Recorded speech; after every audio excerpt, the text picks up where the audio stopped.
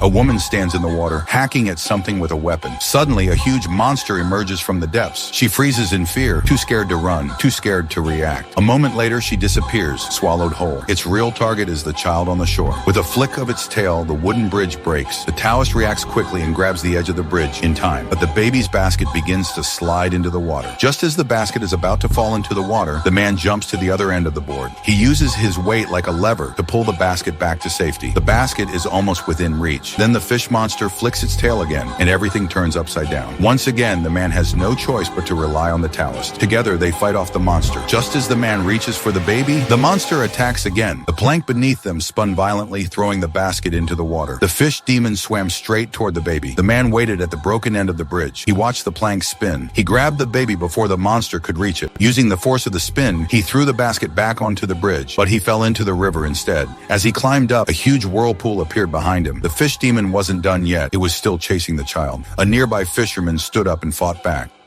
That moment rekindled the man's resolve. He climbed up the water wheel and onto the bridge. He picked up the basket and held the baby tightly, but the demon struck again, smashing the bridge beneath him. He was thrown back onto the floating plank. The demon pounced on them. Without hesitation, the man ran across the planks. Using the momentum of the monster, he and the baby jumped onto solid ground. The monster finally surfaced, trapped on the planks, safe for now. The man turned around and saw the Taoist priest hiding nearby. He pulled the Taoist priest out and asked for his help. If we jumped on together, we could drag it to shore. Without waiting for the Taoist priest's consent, he grabbed the Taoist priest and jumped onto the planks. The weight of the monster threw them into the air like toys. The villagers saw this and rushed forward. One by one, they jumped onto the planks. They were also thrown out one by one.